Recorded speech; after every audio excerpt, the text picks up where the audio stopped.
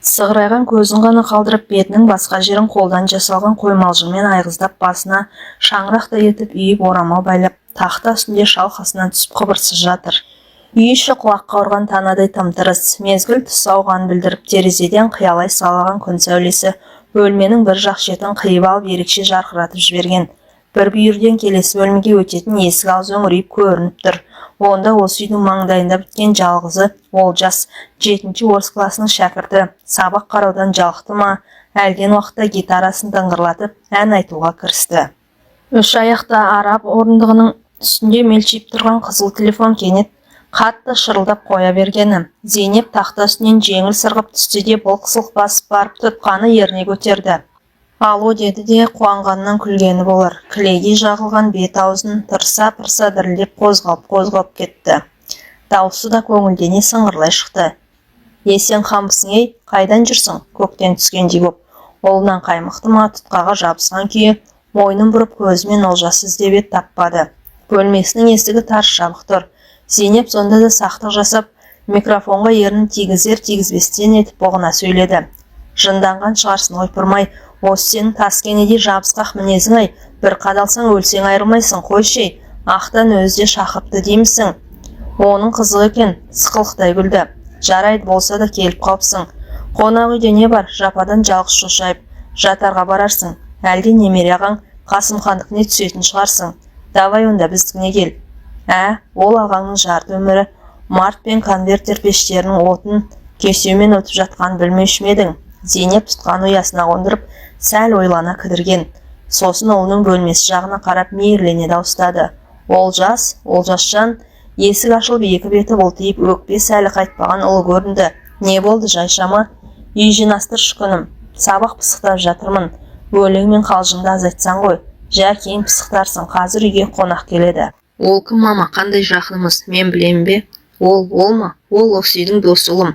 Олжас басқа сөзге келген дәліз жақтан шаң сорғыша келіп дереу іске қоса бастады. Аяқ астында үйге қонақ келерін кім ойлаған? Бетіне қалың жағылған кілегейді алып тастау оңайға түспеді. Біресе дәкемен, біресе мақтамен сүртіп, әтір суымен тазалап жуып, айна алдында біраз бөгелген. Айнадағы өз келбетіне әбден кемеліне жет тоғысқан керден келіншектің әрқимында бір сәт сынай қарады да өз көркіне өз сүйсінді. Әлде қызда екен мынау, желікпе ойдан кеудесі сынып, бетіне лыпып қан жүгіргенін сезді. Сосында ғой Есімхан байқұстың менен де бір жола қара үзіп кетпей айналшықтап қимай жүргені. Өмірдің шым-шытырық жұмбақ сырларының түбіне кім жеткен? Бір кездегі ұнатпағаныңды кейін ұнатасың, жақсы көргенінен жерінесің.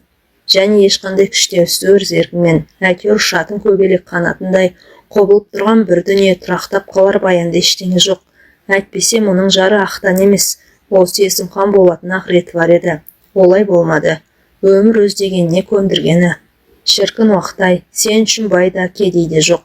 Мынау жақсы, мынау жаман деп ешкімге еш нәрсе мойын бұрып, жалтақтап бір қарамайсың. Өзіңнің белгілеуінмен сынаптай сырғып, алғауып тарта бересің. Оған да міне бақандай 13 жылдың жүзі болыпты. Әйтеуір бір шүкіршілік тәуекел деп ақтанның етегінен ұстаған көз жұмбайлығымен зейне тұтылмаған сияқты. Ақтан қазір бүкіл қазақ металл өрігінің алды. Атағына табысына атағы сай келіп тұр. Зейнептің жеген алдында, жемеген артында, қолын жылы суға малып қойып, молшылық тұрмыстың бал дәурен емін еркін белден кешіп ақ жүр. Зауыттың бірде қосымша бөлшектер сақтайтын қоймасында, енді бірде химия лабораториясында киіп қашып жұмыс істеп үшеді. Ондай кіркасты тастады. Еш жия тұрмыс түзеле келе, оқу соңына түскендей сыңайы бар. Оқу дегенде жанығын жеп, кітап қарап көз майын тауысып жүрген бұл жоқ. Күйеуінің беделі, қалың қалтасы, оған қоса табиғат берген өзінің оңды келбеті қиналтпай-ақ кешкі мектепті бітірткен. Атағы мен беделіне қызығып деген күйеу осындай болғанда, бой жетіп қыз санатына қосылған кезде алғашқы махаббат сезімін оятқан, өлі шұқылап түспесе де бір бүйрегін бұрғызған адамы Есімханнан бір жолата көз жазып қалған. Онымен Алматыға оқуға түсуге барған жолы кездесе кетті. Мәссаған, өлді деген батырдың өгіз мініп келеді. Қатардағы көп қара жаяудың бір емес, дардай ғылым кандидаты болып алған. Университетте биологиядан сабақ береді. Келбет сол баяғы шыр бітпеген қалпы. Қушық жауырын шейбіт бет аз шөңкеген шөкімдей бір уыс. Соған қарамастан еріндері қалың дүрдектеу, баяғысынша шаңырақтай қарап өзілдірігін бір тастамайды екен. Әуелгі бетте бірін-бірі тосырқағандай еді. Оларды көзі алмаушылық болып шықты. Өйткені бұл оған бірінші болып жымиып, бірінші болып үйлендің бе деп ойнақылана тіл қатып еді. Жоқ деп ол да лып ете қалды, жезсімді иіліп. Неге деп сұрады. Бұл ойнақылана түсіп. Бір рет алданған адам екінші рет алдануға асыға қоймайды, деді Есімхан. Аузы күйген үрлеп шет деуіндесе де ұялды ма, Зейнеп өктей болып қызарып кетті. Іштей жігіт өкпелейді. Енді көрместей болып теріс айналатын шығар деп еді, бірақ Есімхан ондай асаулық танытпады. Сүріну айып емес, ол қайда кісіні айлакер, сақ болуға үйретеді, деді жымиысып. Сонымен не керек, майлы қасықтай жылпылдап жүріп Зейнептің оқуға түсуіне, кетуіне көмегін тигізген. Кейін сессиялар тұсында да бұның сынақтардан қиналмай өту жолын қарастырып, аянбай жан салып бағатын болды. Ол оқуда жүрген кезінде кейде жол түсіп, кейде бірер күн әдейілеп уақыт тауып, ақтан келіншегінің артынан келіп кетіп тұратын. Ондайда үшеу Алатаудың көрікті жерлеріне серуендеуге бірге шығып, оның арасында ресторандатып дегендей қазақтың таусылмайтын шыжманың арқасында өзара жақын сырлас дос болып кеткендей еді. Сөйтіп бұлар былайғы сырт көзге араларын ешбір кір шалмаған, бет шіркеулеріне көлеңке түспеген, өзара ынтымағы жарасқан аға мен іні, қайын мен жеңге сияқты болып көрінуші еді. Көрпе астына кіргелі жарты сағаттай болған, көз ілінер емес, қалың перге тұтылған терезе сырты Алматының басты даңғылы. Такси, автобус, троллейбус алымына жаңғырнағы Пастер көшесі бойынан трамвай бірінен соң бірі дыбыстап, сартылдап, дырылдап, бір дауыс айқын, енді бір дауыс құлағына құмыға жетіп, түйдектелген мазасыздық сарын бір толастар түрі жоқ. Неге екен белгісіз мана күндіз Есімханның қасынан көрген ұзын бойлы, сары жігіт көзіне елестей бергені. Ұзын болғанда тым арықтау, сосын да көзге ұзын сияқты көрінеді. Әсіресе бас бітісі есінде қатты қалып қойыпты. Ат жақтылау сопақша, беті шекелікке жетер жерінен әр қарай бас сүйегінің орнына орыстың горшогын кигізіп қойғандай. Өзі елден алап өтендіп насыбай атады екен. Салфетка қиындысына ораған екен. Таблетка дарының үлкендігіндей біреуін лып дегізіп, ерінің арасына қыстыра салды да, Ағырпек деп өзін таныстырып бұған қол созған. Саусақтары салалы, бірақ етсіз шиде екен. Мұның алақанмен тарамшыса оралып, қатты қысып жіберген. Тесіле мөлдіреген шегір көзі мұның үстіндегі бар киімін шашып жібергендей болды. Зейнеп өзін осы сәт Ағырпек алдында тыржалаңаш тұрғандай сезінгені. О, бәрекелді, біздің жақтың қыздары міне осындай болса керек, деді Ағырпек, мұның көзінен көз алмай қадалған күй тамсанып. Жігіт тамсанғанда қазір аузына жиналған сілекейін түкірер деп ойлаған, өйтпеді. Еріне салған насыбайды жеп қойғандай, сөйлегенде сөзін де бұзбай айтып түк түсіндірген жоқ. Сырбаздай, деді Зейнеп, іштей сүйсініп, өзі қарап қалмады. Біздің жақтың дегеніңізге қарағанда жерлес болдық қой сірә. Иә, мен де Нұрлы бойынан Казгородок деген жерденбін. Астанадан жерлесім табылғанына қуаныштымын. Бірақ қыз деп мен тым жасартып жібердіңіз, білем. 30-ның о жақ бұ жағында келіншектің қасында қыз дегенің немене? Мұрнының боғын сүрте алмай жүрген біреу емес пе? Нанбасаңыз биолог ғалым Есімхан айтсын. Не айтатыны бар, не нәрсенің де өнетін, өсетін, жетілетін, кемелденетін, есіргетін, тозатын, өлетін кездер болады. Сен, Зейнеп, әйел жыныс ретінде әбден жетіліп, кемелденген шағындасың. Оның үстіне әр нәрсенде табиғат тарапынан оған өмірге деген күш, қуат, құмарлық пен құштарлық сыйын ерекше мол өлшеп берген асылдар болады. Сіз әйел жыныстысының ішіндегі сондай асылсыз, деді Ағырпек. Үсті басы жермай сасыған жұмысшылар сіздей перизаттың қадірін қайдан білсін? Оларға жұмыстан кейін топтанып арақ ішіп үйге келіп, келесі ауысым кезегіне дейін естен тана қорылап ұйықтаса болды ғой. Әй, қой байқа, деді Есімхан досына ескерту жасағансып. Зейнеп үйіндегі ағамыз атақты металлург, қалалық советтің депутаты, мемлекеттік сыйлықта. Бұйырса сенем бұрын алып қалу мүмкін. Заманды еркелетіп, жұмыссыздан шыққан ақсүйек. Сіз де өндіріс озатсыз ба, деді Зейнеп, жаңа танысының жүзінен көзін әкете алмай арбалып. Жоқ, мен жай академияда фольклор зерттеймін, деді Ағырпек. Сіз де ғалым екенсіз ғой. Иә, әзірге кішкентайлаумын. Ендеше тезірек үлкен болыңыз. Орынды сөзге үшеуі бірдей қосылып жарыса күлген еді.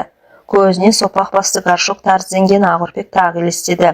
Шегір өзінде бір жұмбақ сиқыр бар. Қасыма келген алғаш көргендегідей тесіле қараса, құмарлыққа толы отты жанармен ақ үстімде көрпені ұшырып түсірер еді. Ар жағында мен, Іш киімсіз жататын әдетім жалаңашпын, қоя тұршы деп айта алмай қалам ба. Бар денесімен тоғырғандай қатты тірілген кетті.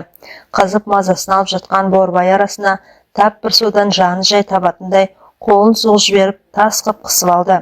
Біреу ақырын тықылдатып есік қағып тұр. Есімхан екен. Аты жөні жоқ, бұл қай жүрсің деген бұл даусы әлденеге дірілдей қалып, сағатқа қарамағанбысың? Түнгі 12 ғой. Сағындым сені, сағынып кеттім. Есік ашарда Зейнеп жалаңаш иығына жеңіл халат іле салған еді.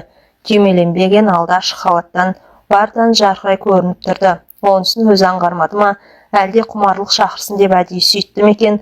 Қалай болғанда да Есімхан артық сөз айтпастан Зейнепті керует түсіне құлата салып, екі сан екі ердің арасына бар күшімен қона кетті. Қандай зорсың деді. Құмарлығы бірден басына шапқан Зейнеп ышқынып қап, жігіт иығын қанын шығара қырши тістеп алды. Апай-топай аяқталғасын, олар еш жиғандай демдерін басып біраз үнсіз қалды. Сағындым дедің бе деді Зейнеп бірінші боп тілге келіп, араларында тап бір түк болмағандай жайбарақат сұрай салды. Сен де ақтан, менің жақын достарымсыңдар. Сағынған досты көру үшін уақыттың ерте кеші болмайды. Ендеше басылдың ба? Жоқ, саған деген ынтызарым жаңа ғана өршіп артып келеді. Жарайды, өтірігіңе сенейін.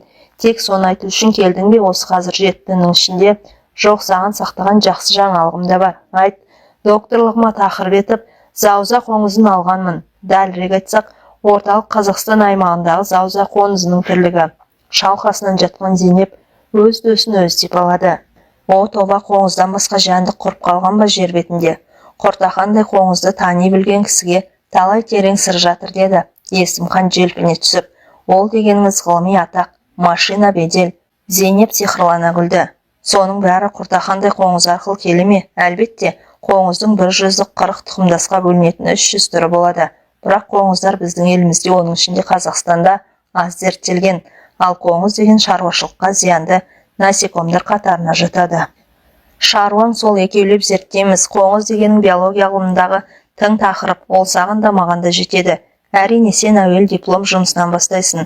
Амандық болса алдағы жаз сендер жаққа елге шықпақпын, қоңыз термекшімін. Сол кезде мен саған ассистенттік қызмет көрсетесің. Не дейсің, түсінбедім. Зейнеп ұқса да ұқпаған болды. Не түсінбейтіні бар деді Есімхан. Мен сенің дипломдық жұмысыңа жетекші болып бекідім. Демек, сен маған тіркелей бағынышты шәкіртімсің. Енді түсіндің бе? Зейнеп бұл әңгіменің тегін емес, соңында ауыр салмақ жатқанын сезіп шын ақсасайын деді. Мен Зауза қоңызынан диплом жазам ба? Иә, тура Зауза қоңызынан. Ендеше Зейнеп кенет ойнақлана қалды. Көңілім көбелекке көбірек ауып жүруші едім. Әркімнен бір қалған көбелекті айтып қайтесің. Алтын шыққан жерді белден қаз деген. Дәл қазір сен және мен үшін жәндіктер ішінде қоңыздан тиімдісі жоқ. Сөйтіп қоңыз теретін болдық десе іштеді Зейнеп жеңілген үнмен. Тереміз, Зейнепжан, тереміз. Мысалы бар ғой, менің бақытым көзіме туып тұра қоңыз болып елестейді. Ал бақыт дегеніміз, ол да бір қашаған ат сияқты. Қуып жүріп ұстай алмайсың, ұстатпайды. Жарайды, теретіміз қоңыз болса, ол ешқайда қашпас. Ағаштың жағынан ба, тастың қуысынан ба уып ұстап алармыз тыраңдатып, именно тыраңдатып. Міне бұлай деп Зейнептің тізесінде жатқан ақ жамылғыны бір шетке қарай серпіп жіберіп, сол сәтте құмары қайта қоза бастаған ләззатшыл ыстық әйелдің үстіне атқа қонғандай сарт етіп тағы қонды. О боже, деді Зейнеп, қос аяғын қос аяқша сермелеп, ши борбайыңа қарап қауқарсыз шығарсын деп жүрсем, ши борбайдың арасындағы ше. Бар маңызы сонда екен ғой. О, тағы аям өлтір. Екеуі де соқыр сезім ләззат майданын қатты сағынып қалған екен. Ауық демалып, ойнас қызығын таң атқанша жалғастырумен болды. Есімхан таңертең кетерінде өрекпіген көңілім басылды. Сағынышымды суардым. Бірақ құмарым әлі қанған жоқ деп Зейнептің кіндіктен төмен томпайып жатқан жерінен шөп еткізіп сүйіп алды. Жалт бұрылды да нық адыммен бөлмеден шығып кетті. Сол екі ортада қан тамырлардағы тойымсыз шайтандары қайта қозғандай денесі сый бастаған Зейнеп құмарымды қоздырма дегісі келіп еді, айтып үлгермей қалды. Бас жағында жатқан құс жастықты жылып пергіштеп жіберді де бауырына ала екпеттеп жата кетті. Мен оңбаған шығармын, біреуге жар болып бала сүйіп отырсам да, бұл ойдан тез суыды. Адалсымақ ақылсыз қатын бір сыбағамен аузыр жиып ауға жармай жүреді. Жолын тапқан ақылды қатын кем дегенде екі сыбағалы болады дегенде естуші едім. Мен әлде сол болдым ба? Көз алдына басының төбесі орыстың горшогына ұқсаған ақ үрпек елестеп кетті. Жымиды. Ол мен іздер ме екен? Арада бір жет өткенде Есімханның арқасында сессиясын еш қиындықсыз ойдағыдай тамамдап, ел жағына Қошкент қайдасын деп аттанып кеткен. Көрші бөлмеден шаң сорғыштың бір қалыпты ызыңы тұншыға естіліп тұр. Бұл бетін кілегейден тазартып болғанша ол да біраз шаруа тындырып тастаған екен. Айналайын, мен де емес, іске келгенде әкесіне тартқан ба, қолы епсекті өзін деп сүйсінген болды. Тез киім ауыстырып киіп, қолына сөмке ұстап, үйден шығып кетті. Әңгіменің соңы.